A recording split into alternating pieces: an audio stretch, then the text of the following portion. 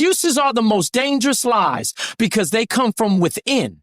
They wear the face of logic, they sound rational, and worst of all, they feel safe. But every excuse you cling to is nothing more than a mental prison. It doesn't matter whether the excuse is rooted in fear, in doubt, or in pain. Once you accept it, you surrender your power. The moment you justify inaction, you give away control of your destiny. You say you're not ready, that's an excuse. You say you don't have the resources, another excuse. These aren't facts. They're beliefs dressed in fear, and fear is not truth. The more you let excuses sit in your mind, the more they rot your confidence and rob you of progress. No one is born with limits. Limits are built through repeated excuses. You tell yourself it's too hard, so you never try. You say you failed before, so you don't begin. Over time, those tiny lies pile up like bricks. And one day you wake up and wonder why you feel stuck. That wall wasn't built by circumstances. It was built by you, brick by brick, every time you gave in to doubt instead of rising in discipline. Excuses are subtle. They don't scream, they whisper. They don't break you all at once. They erode your fire piece by piece. And by the time you notice what they've done, years may have passed. Potential wasted. Dreams shelved. Confidence drained. All because of chains you willingly wrapped around your own hands. What you must understand is that excuses feel good in the moment because they offer relief. They remove pressure. They give you comfort. But comfort is a liar. And relief without progress is a silent killer. That comfort will turn into regret. That relief will become pain. Not physical, but emotional, spiritual. You look at yourself and know you betrayed the part of you that wanted more. Excuses are easy. They don't ask for courage. They don't demand sacrifice. But nothing worthwhile was ever built on easy. Every great story begins where excuses end. And every excuse you kill brings you closer to the version of yourself you were born to be. The people you admire didn't avoid excuses, they overcame them. They faced the same fears, the same doubts, the same discomfort you feel. But they chose movement over hesitation. They chose resilience over retreat. They didn't let their past or their pain define their future. They refused to bow down to their limitations. And you have that same choice. You can bow to your excuses or you can rise in discipline. You can live trapped by the lies you tell yourself, or you can break those chains with action. The power has always been yours. The difference lies in your decision. Your mind is a battlefield. And every excuse is a bullet fired at your own future. Will you keep loading the gun or will you fight back? The first battle is recognizing the enemy. That inner voice that says you can't, not now, maybe later. The second is refusing to believe it. And the third is acting anyway, pushing through the doubt, moving through the fear. Because each time you act, you reclaim your freedom. You break the cycle. You tear down the wall. You remind yourself that you're not a prisoner of circumstances. You're creator of outcomes. The chains you wear were never locked. The key has always been in your hands. But until you stop feeding your excuses, you'll never find it. You'll keep waiting for a perfect time, a better condition, a smoother path. And none of those will ever come. Life doesn't reward excuses. It punishes them with stagnation. But when you recognize that those chains are self-made, you begin to understand something powerful. If you built the prison, you can tear it down. Not through talking, not through hoping, but through relentless, fearless, unapologetic action. Excuses often come wrapped in sophisticated words and emotional justifications. They sound like they make sense. I don't have time. I'm just not feeling it today. It's not the right moment. But beneath all of that is one simple truth. Nothing is stopping you except you. And the most dangerous part is that you've gotten good at explaining your way out of progress. You've mastered the art of reasoning with failure. You tell yourself stories that make you feel better about doing nothing. And the more you practice this habit, the more natural it feels. But comfort is not the goal. Growth is. And growth doesn't speak the language of excuses. It speaks through effort, through consistency, through showing up even when you don't feel like it. There's a quiet death in constantly explaining why you didn't do what needed to be done. Every time you rationalize not chasing your goals, you train your mind to believe that reasons are more important than results. You begin to measure your value by how well you can justify your stagnation rather than how fiercely you pursue your evolution. This creates a mental environment where you're always one step away from action, but never actually taking it. You become a storyteller instead of a doer, a person who speaks of what they could become rather than proving it through relentless motion. And no matter how poetic your excuses may sound, they will never produce progress. The truth is, the world doesn't care about your explanations. Life doesn't pause for you to get ready. It keeps moving. And while you're busy crafting your justifications, someone else is out there grinding, pushing, building, becoming. They're not worried about sounding perfect. They're focused on being effective. They know that action creates evidence, while explanation only creates the illusion of effort. That's the difference between those who rise and those who remain. One group executes, the other explains. One grows, the other spins in circles. And with every passing day, the gap widens. You don't need to convince anyone why you're not there yet. You need to be there. You don't need to justify the delay. You need to eliminate it, because every second you spend defending your inaction is another second stolen from your destiny. People may sympathize with your reasons, but sympathy doesn't build legacies. Legacies are forged in silence, in sweat, in sacrifice. They are not spoken into existence. They are earned. Every step taken in discipline is a declaration that says, I refuse to settle. But every excuse is a step backward, a retreat into comfort, a quiet surrender to fear. You see, action is a language. And when you speak it fluently, you don't need to explain yourself. You walk into rooms and your results do the talking.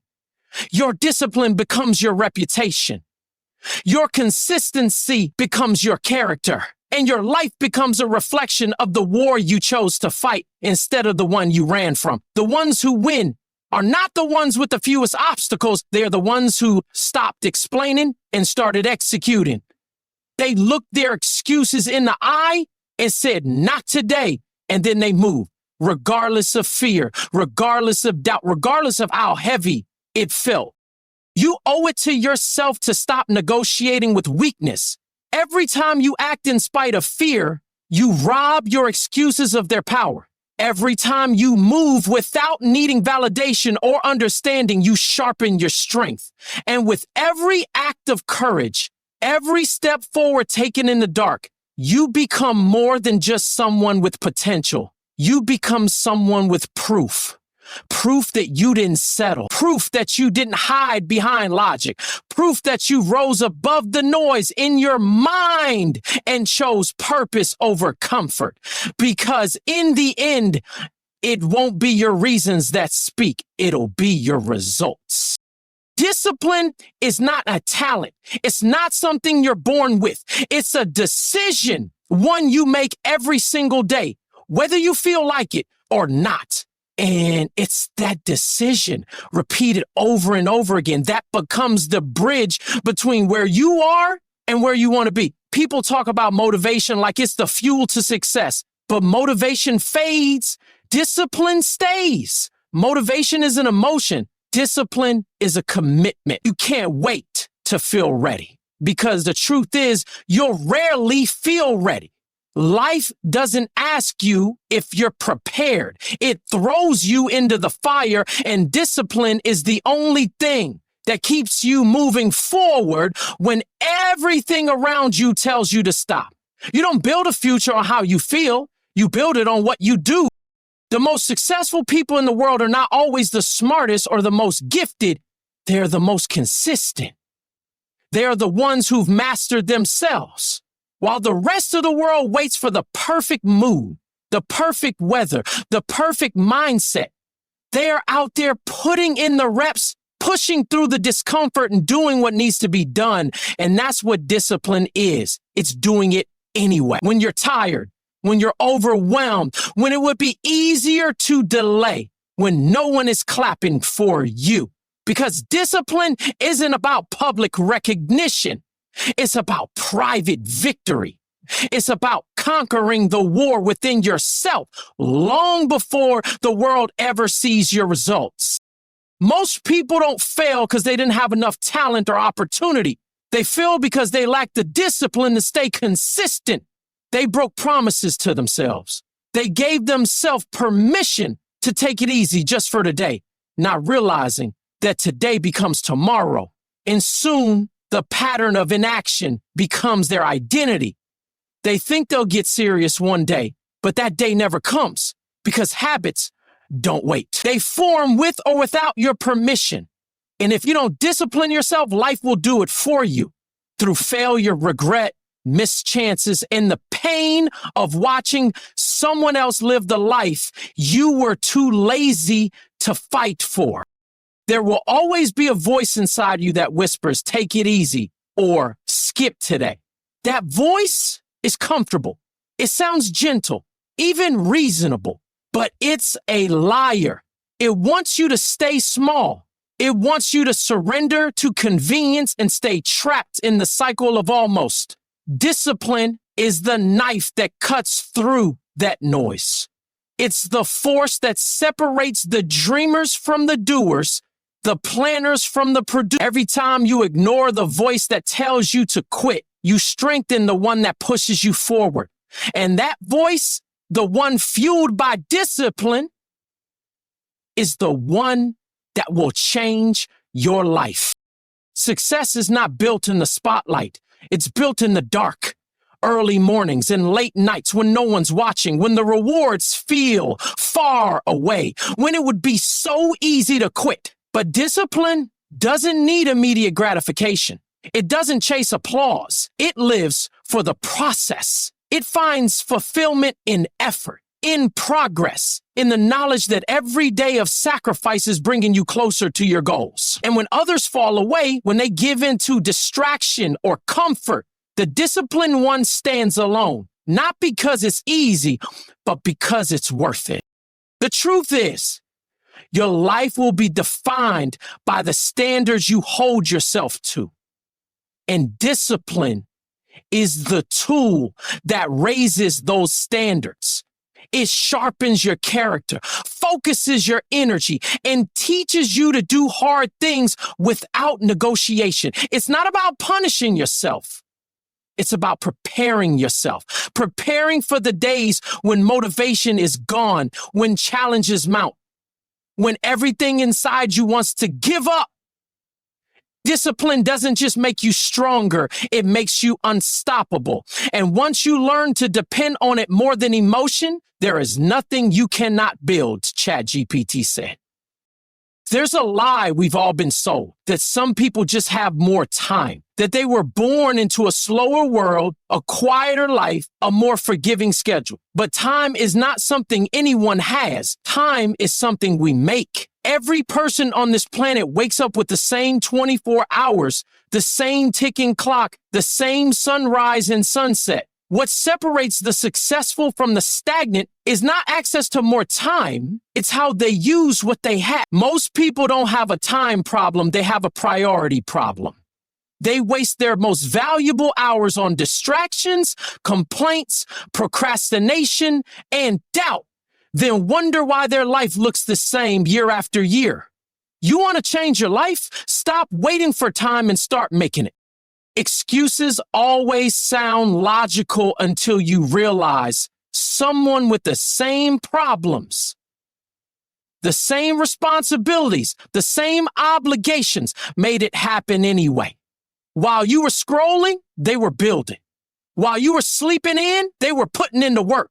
It's not that they didn't feel tired. It's not that they didn't have doubts. They just made a decision.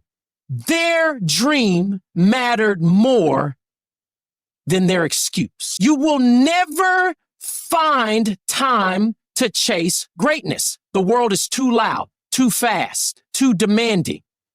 If you don't fight for your time, it will be stolen from you. One click at a time, one I'll do it later at a time, one excuse after another until all you're left with is regret. The people who get things done are not superhuman. They're intentional. They wake up with purpose. They schedule their goals. They put their vision on the calendar like it's life or death, because in many ways it is. The difference between where you are and where you want to be isn't found in a secret formula. It's found in the quiet hours where no one is watching. It's found in how you spend your time when the world isn't demanding anything of you. Are you building? Are you growing? Or are you just coasting? Because you can't coast your way to greatness. You have to climb. And climbing requires effort, consistency, and the courage to say no to what doesn't serve your purpose. Time doesn't stretch. It doesn't bend. It doesn't care how important your dream is. If you don't make room for it, it dies. Plain and simple. And here's the harsh truth. If you constantly say you don't have time for something, it just means it's not a priority to you. You make time for what matters. If your phone rings in the middle of a meeting and it's an emergency, you make time to answer. If someone you love is in danger, you make time to act. So stop lying to yourself about not having time. What you really mean is it's not urgent enough to me yet. But don't wait until life forces urgency upon you. Don't wait until your back's against the wall. Build the habit now. Master your schedule now. What most people lack is not opportunity, but structure. They drift through their days with no clarity, no planning, no execution. They let other people, other agendas, other distractions dictate where their energy goes. And then they wonder why they feel exhausted but unfulfilled. Time, when unmanaged, becomes a thief. It steals your potential quietly, subtly, without ever raising its voice. But when you manage it with purpose, it becomes a weapon, a tool to build the life you envision. Every minute matters. Every hour counts. It's not about being busy. It's about being deliberate, about doing what needs to be done, especially when you don't feel like doing it. Those who rise are those who refuse to be ruled by time. They bend their lives around their mission. They cut out what drains them. They silence distractions. They simplify decisions. And above all, they show up again and again and again with the same hunger, the same discipline, the same relentless focus. They don't wait for a better time. They make this time better. They don't search for perfect conditions. They create progress within the chaos. That's what it takes. Not more hours, just more ownership. Not more luck, just more intention. Because the future doesn't belong to those who wait. It belongs to those who make time and use it like it's gold. It's easy to want something. It's easy to sit in silence and imagine the life you dream of living. Anyone can wish for success. Anyone can talk about goals, but wanting is not enough. Desire without execution is fantasy. It's a comfortable illusion you wrap around yourself to feel better about standing still. You say you want to be great, but greatness doesn't listen to words. It responds only to work. There's no success without sacrifice, no evolution without sweat, no transformation without tension. And yet most people confuse ambition for action. They think strong feelings mean something. They don't. Not until you back them up with consistent, ruthless effort. The world doesn't move for passion. It moves for persistence. Every dream has a cost, and the price is always action. You don't get to skip the grind just because your intentions are pure. You don't get to walk around quoting motivation and expect results to show up at your door. That's not how this works. Your actions are the proof of how badly you want it. If you say you're hungry, but you're not building, you're lying. If you say you're focused, but you're not making sacrifices, you're stalling. Everyone wants to win, but not everyone wants to pay the price. Wanting it is not rare. Executing for it is. That's the separation. The line between those who dream and those who do. You can't be a lion in your mind and a sheep in your habits. The biggest betrayal isn't what others do to you. It's what you do to yourself when you choose comfort over commitment. You betray your potential every time you let convenience lead your day. And that betrayal builds. It stacks up inside you until you can feel the weight of wasted potential pressing against your chest. It becomes the quiet ache in your heart when you see someone else succeed and know deep down you had the same opportunity, but you didn't move. Execution is the only cure for that feeling. Not more planning, not more talking, not more waiting, doing. Getting uncomfortable, failing forward, learning in motion, because clarity comes through action, not overthinking. No one becomes legendary by being interested. Interest doesn't change the world. Action does. Legends aren't made because they wanted it more. They're made because they worked for it longer. They showed up when it didn't make sense. They pushed forward when it wasn't convenient. They didn't let emotion dictate effort.